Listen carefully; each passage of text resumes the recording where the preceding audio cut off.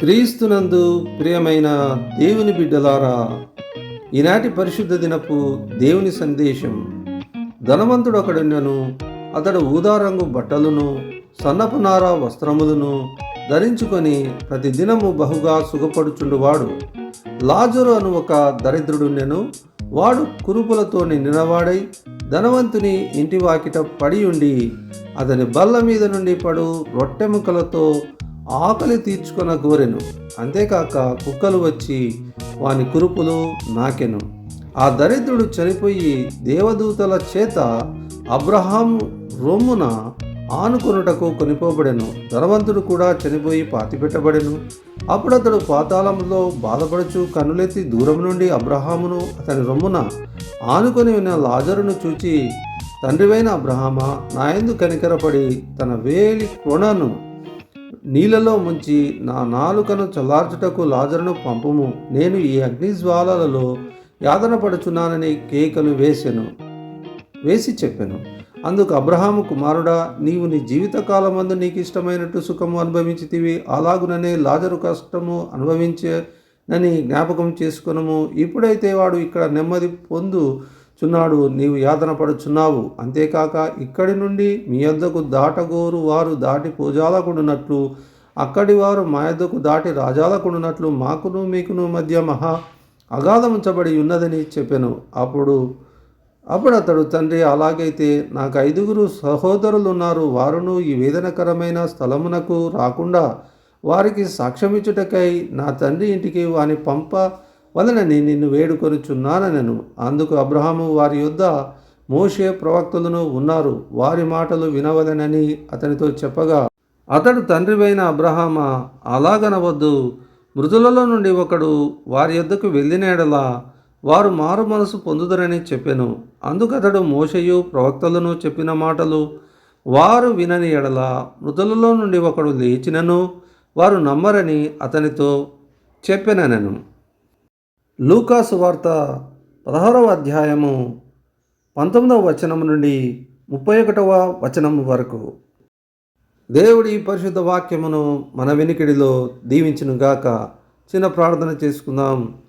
కనికరం గల మా తండ్రి, చదవబడినటువంటి వాక్య భాగాన్ని బట్టి మీకే స్తోత్రము సమర్పించుకుంటున్నాం ప్రభా.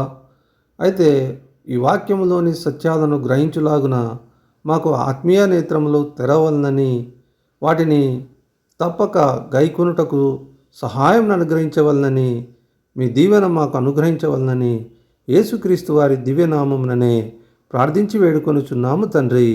ఆమెన్.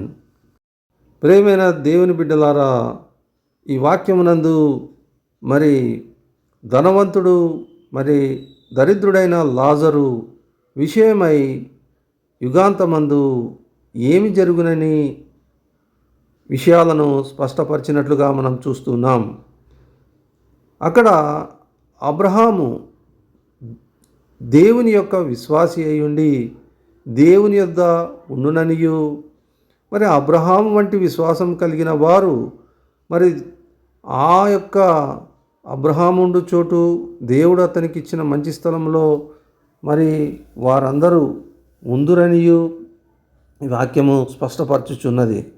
అంతేకాకుండా ఎవరైతే దేవునికి విరుద్ధముగా మరి జీవించి ఈ జీవితాన్ని ముగించి ఉంటారో వారందరూ కూడా మరి దేవుని ఉగ్రతకు పాతులై అగ్నిగంధకంలో మండుచు మరి ఒక నీటి బొట్టు తన నాలుకను తడుపుకొనుటకు కూడా నీరు లేనటువంటి పరిస్థితిలో ఉండుననియు, మరి అటువంటి స్థితిలో వేరు ఒకరు ఎవరైనా సహాయం చేస్తారేమోనని, అంటే దరిద్రుడైనటువంటి లాజరు ధనవంతుని యొక్క బల్ల మీద నుండి పడ్డ మెతుకులను తిని తన కడుపును నింపుకున్నాడు కాబట్టి మరి నరకంలో అగ్నిచే కాల్చబడుచున్నటువంటి ధనవంతుడు మరి ఒకవేళ ఇప్పుడు మంచి స్థితిలో ఉన్నటువంటి లాజరు తన నాలుకను తడుపుటకు ఒక చుక్క నీటి బిందువును తెచ్చి తన్ను ఆ యొక్క బాధ విముక్తుడు చేస్తాడేమోనని ప్రయత్నం చేస్తున్నట్లుగా మనం చూస్తున్నాం.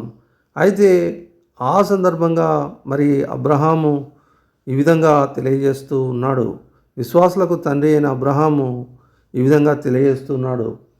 నరకంలో నుండి మరి దేవుని రాజ్యానికి దాటకుండాను, దేవుని రాజ్యం నుంచి నరకంలోనికి దాటకుండాను పెద్ద అగాధం ఉంచబడి ఉన్నదనియు, అంతేకాకుండా ఈ యొక్క ధనవంతునికి సహోదరులు ఉన్నారనియు, వారు ఈ విషయంను గుర్తెరిగి ఉండలేదనియు, ఒకవేళ లాజరును తిరిగి ఈ లోకంలో ప్రవేశపెట్టినట్లయితే వాళ్ళు తెలుసుకుని ఈ యొక్క నరక రాజ్యంలోనికి ప్రవేశించి వేదన అనుభవించకుండా ఉండులాగున అతన్ని పంపుమని ఈ యొక్క ధనవంతుడు నరకం నుంచి సిఫారసు చేసినట్లుగా మనం చూస్తున్నాం. అయితే విశ్వాసులకు తండ్రి అయిన అబ్రహాము తెలియజేసిన మాట ఏమనగా, మోషయు ప్రవక్తలను అక్కడ ఉన్నారు, వారి మాట వినవలెను. ఒకడు మృతుల్లో నుండి లేచినను వారు నమ్మరు.